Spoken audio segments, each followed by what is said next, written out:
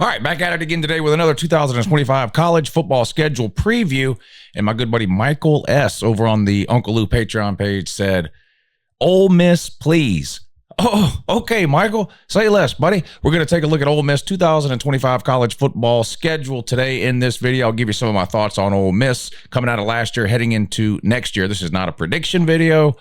I do those. I start those around the end of May. Got to wait till after spring practice and the transfer portal window in May and all that. I'll start to put the predictions out. But before you get to predictions, you got to kind of understand the different schedules within the conferences, right? Because it's not as simple as just going, well, I think these are the two best teams in this conference, so I think they're making the conference championship game. The schedules are vastly different within the different conferences. So part of forming your prediction for the upcoming season, at least to me, a big part of it is understanding each team's schedule. So I do this series of videos every single offseason. I go through as many teams as I can this time of year, taking a look at their schedules, starting to develop some of my thoughts on these teams heading into 2025. And up today is the Ole Miss Rebels. So thank you, Michael, for supporting the channel over on the Uncle Lou Patreon page. I really appreciate it. Without the Patreon page, I wouldn't be able to do what I do.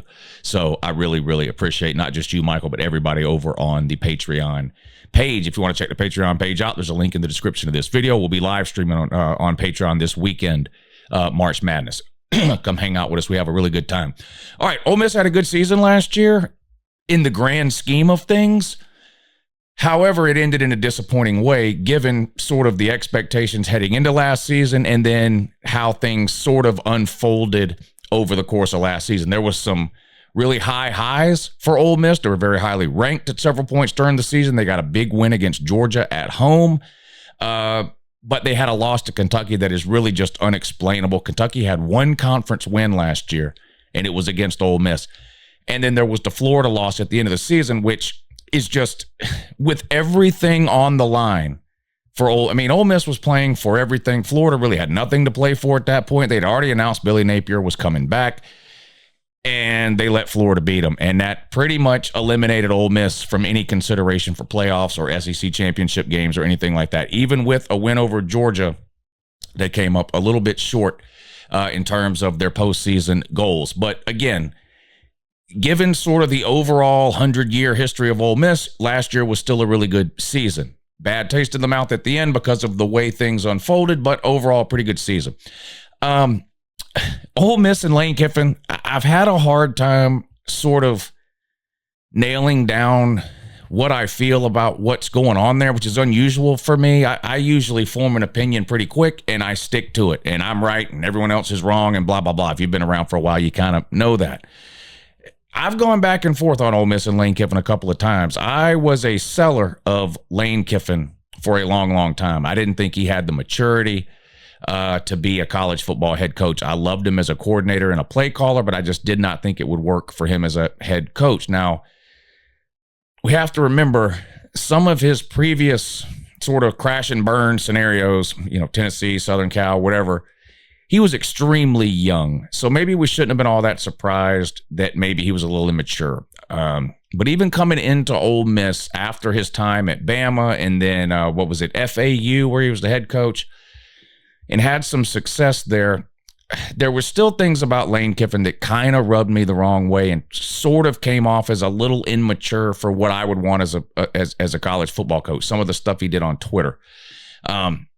I've had to sort of recalculate my overall opinions on Lane Kiffin starting really last offseason. I was really high on Ole Miss heading into last year. They had a good year the year before that. In fact, Lane Kiffin's done really well at Ole Miss. Let's just call it what it is. I'm still not sold on his overall recruiting strategy. I get that it's Ole Miss, and you're probably never going to have top 5 or top 10 recruiting classes stacked on top of each other year in and year out. So, in a situation like that, the portal is sort of there and you kind of need to lean on it in a place like Ole Miss. I still feel like it might be a little too heavy into the portal. It's not a Colorado situation where they're just ignoring high school recruiting altogether like it doesn't even exist and flipping 80% of the roster over every year, but it's close. There's a lot of turnover there every single year. And we have enough sort of data, I think, to go off of over the last 4 or 5 years since we've had the transfer portal to kind of look and see how these things work. And they're kind of a crapshoot, right? You look at a school like Florida State, really, really good a couple of years ago, heavy into the portal after that, a complete flop this past season because so many of their portal additions ended up not hitting, swing and miss in the portal. Sort of the opposite has been true with Lane Kiffin at Ole Miss. He has had a tremendous amount of success when it comes to landing pieces out of the portal and those pieces actually fitting into what they're doing there and working out on the field. And when you rely that heavily on the portal on a year-to-year basis, that's what you have to have happen. A very high percentage of your portal gets need to be hits when you lean as heavily into the portal as Lane Kiffin does. And he's had a lot of success. Look at the record over the last couple of years. But now here we are heading into another season, 2025, and it's not a complete roster makeover at a place, say, like Colorado, but a lot of the familiar pieces there are gone. Pieces that were only there for a year or two because they themselves came in via the portal. Of course, you got a new quarterback. They lose Walter Nolan. There's just a lot of talent they have to replace there. A lot of talent they have to replace there. I like Lane Kiffin. I don't think Ole Miss is going to fall off a cliff as long as he's there. Like I said, I've recalculated my overall opinion on Lane Kiffin. I do think he is a good college football coach. Is he great? That remains to be seen. I think he has the potential to be great. Will he be great in 2025? Well, some of that has to do with the schedule. Let's take a look at it now. They start off on the road at Kentucky. Well, their first SEC game is at Kentucky. Georgia State is week one. Again, this isn't a prediction video, but I feel pretty confident saying Ole Miss will be a massive favorite in that game at home against Georgia State. But then it's interesting to me that they get Kentucky right out of the gate here in 2025. Again, that unexplainable loss to them last year at home, by the way. Lost to Kentucky at home last year, and again, Kentucky was just a horrible team. If you look at Ole Miss as kind of a team under Lane Kiffin that's been kind of headed upward, you have to look at Kentucky over the last couple of years and see sort of the opposite trend, maybe head the wrong direction. In fact, Kentucky was kind of where Ole Miss is now 3-4 years ago. If you remember, there were several points in the season a few years ago where Kentucky got ranked inside the top 15, even inside the top 10 once, and Stoops had a couple of really successful seasons there. But partly because of misses in the portal, they were not able to keep it going. They've struggled to find a consistency at the quarterback position. They've struggled to find talent on the outside in terms of wide receivers. They tend to have good lines of scrimmage, good defense. They're a tough physical team year in and year out, but they seem to be lacking in some of the skill positions there at Kentucky, and they've started to kind of slide downhill. And that makes that loss last year for Ole Miss just really unexplainable. So a chance for revenge early in the season here for Lane Kiffin and Ole Miss to have to go on the road to Kroger Field to take on the Wildcats. But again, even though they lost this game last season, this is a game where I would expect Ole Miss to be a significant favorite, 10 points, something in that range. First SEC home game follows that up. Arkansas comes to town. If Kentucky was one of the worst teams in the SEC last year, Arkansas wasn't far behind. Of course, you had Mississippi State in there too, just kind of the bottom of the barrel in the SEC last year. Arkansas, I actually don't think Arkansas was that. I don't know. It's you look at the record and you kind of say, well, they weren't very good, but they had some okay wins. They beat, wasn't it Tennessee they beat? Anyway, Ole Miss should be beating the Arkansas.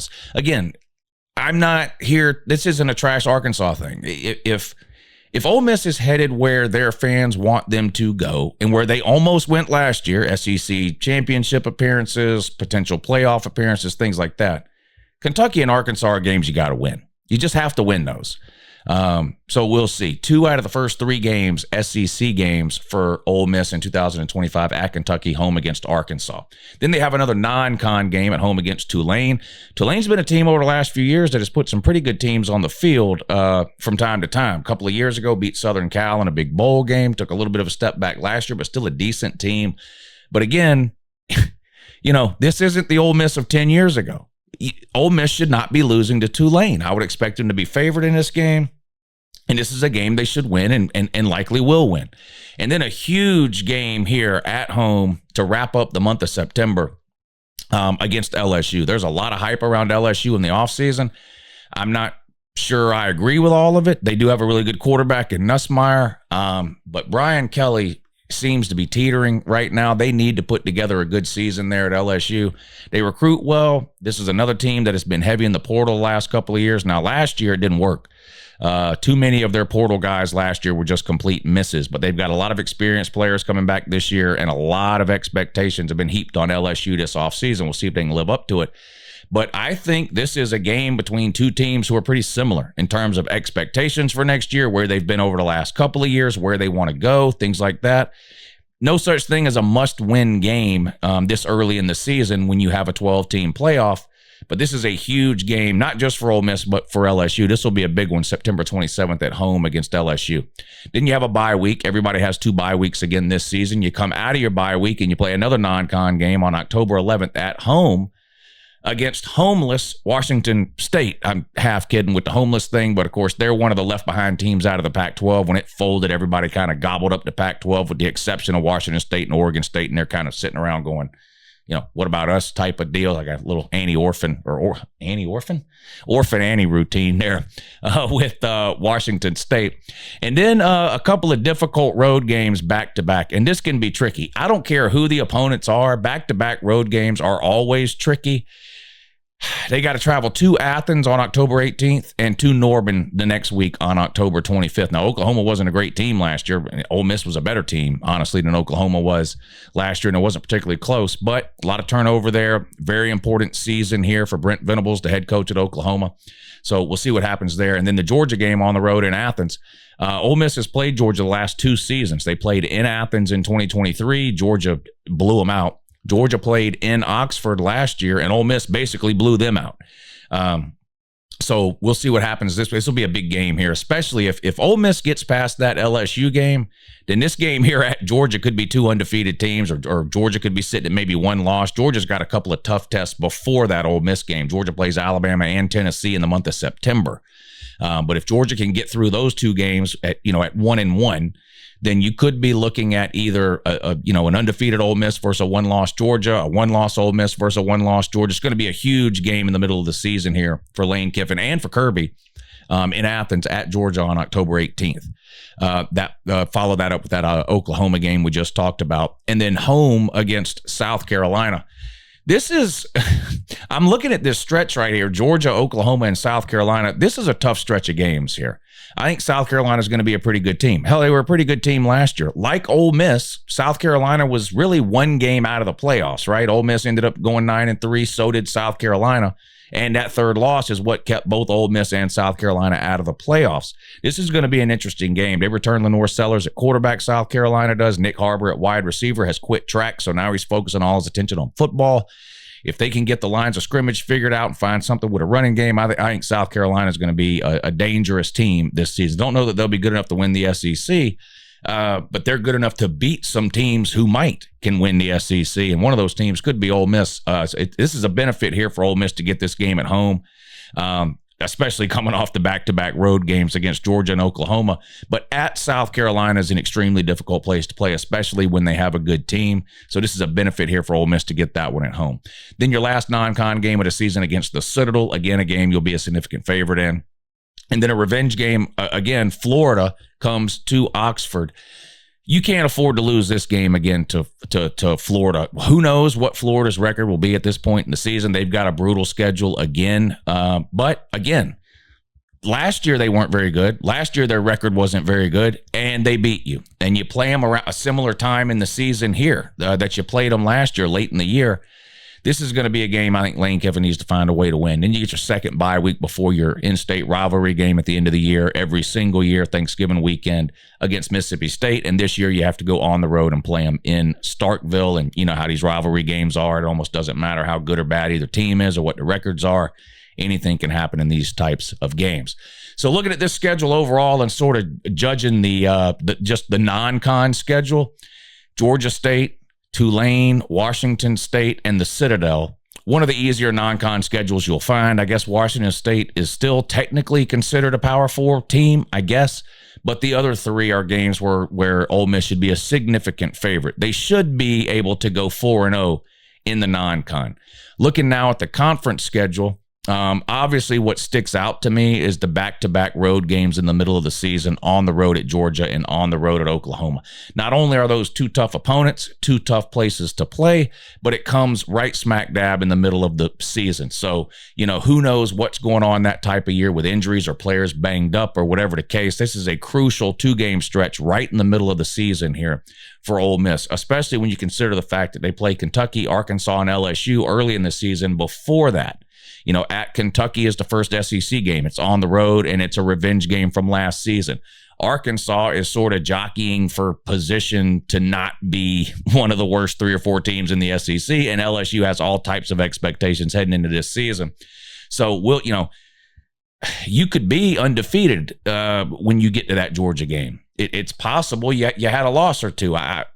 It's hard for me to see 2 losses before that Georgia game.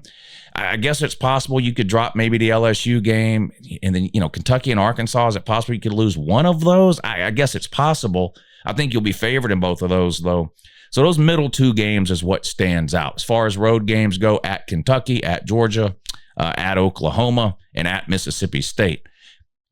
You got a couple of kind of tough ones there, Georgia and Oklahoma, and the other 2, pretty manageable there as far as road environments go. Kentucky and Mississippi State. Florida late in the year. They beat you late in the year last year. South Carolina, I think, could be a dangerous game, especially coming off those back-to-back road games against Georgia and Oklahoma. So is it the most difficult schedule I've seen so far in the SEC? No. It's also not the easiest. The back-to-back road games against Georgia and Oklahoma make it make it a little difficult. South Carolina, no pushover. Florida late in the year, rivalry game at the end. Kentucky, Arkansas, and LSU in the first month of the season. Not the easiest schedule I've seen, not the hardest schedule I've seen. We'll see. What do you think Ole Miss is going to do in 2025? Let me know down below. Are they a playoff team? Do you see them making the SEC championship? Do they take a step back, losing Jackson Dart at quarterback and some of that other talent they had? Or is it just, replace it with the next guy out of the portal and keep it rolling? How much trust do you have in Lane Kiffin and staff and his staff's ability to do that? Let me know down below. Appreciate you watching. Have a good morning.